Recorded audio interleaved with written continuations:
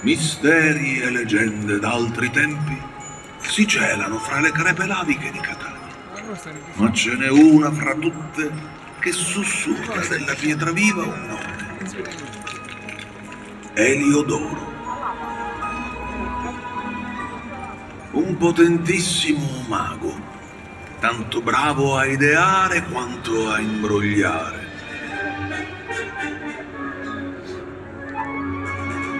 La pietra diventava oro.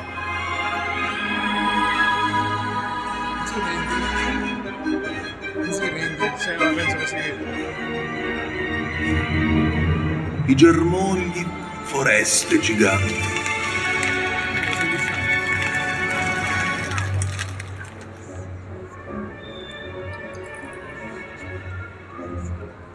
E i giorni, notti scintillanti.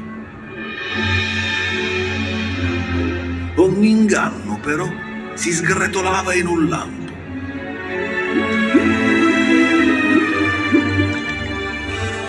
Ma viver di effimeri inganni diventava noioso. Niente durava e il tempo passava.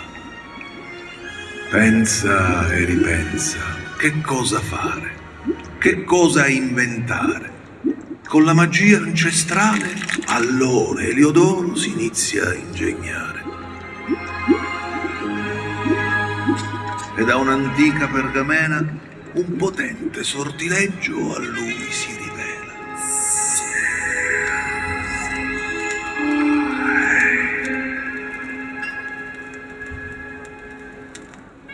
Sangue lava, cuore di pezza, spirito animale viene carincia, la mamma forza per dominare e per Catania furriare.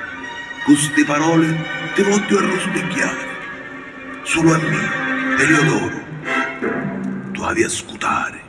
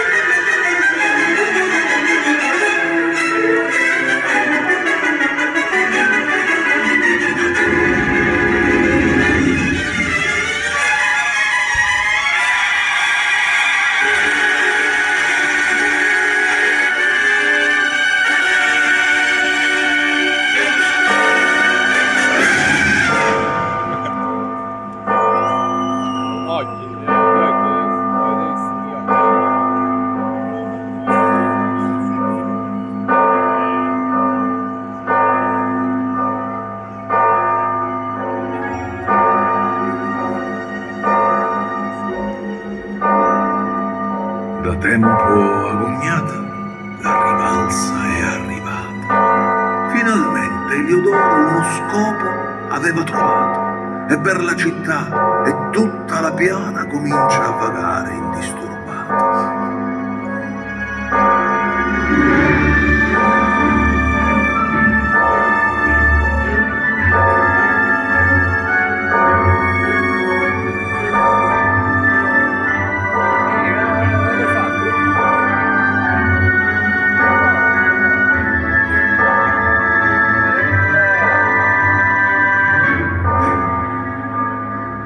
Ma il diverso è sempre mal visto e il popolo impaurito decise che per quei due non v'era più posto.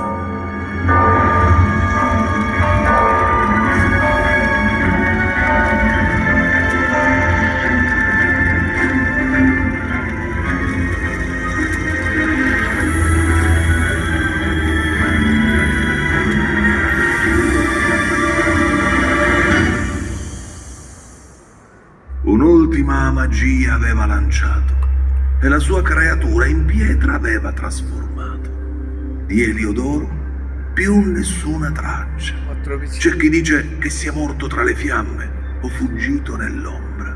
Neanche il nome è stato ricordato, che nel tempo Eliodoro si è trasformato.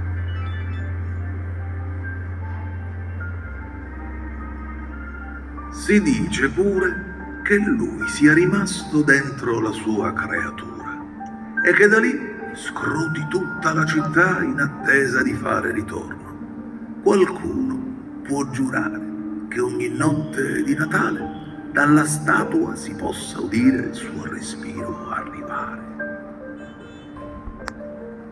Ma queste sono leggende diffuse tra la gente.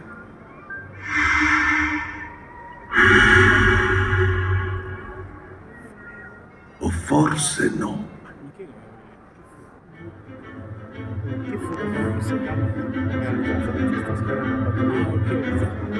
È finito,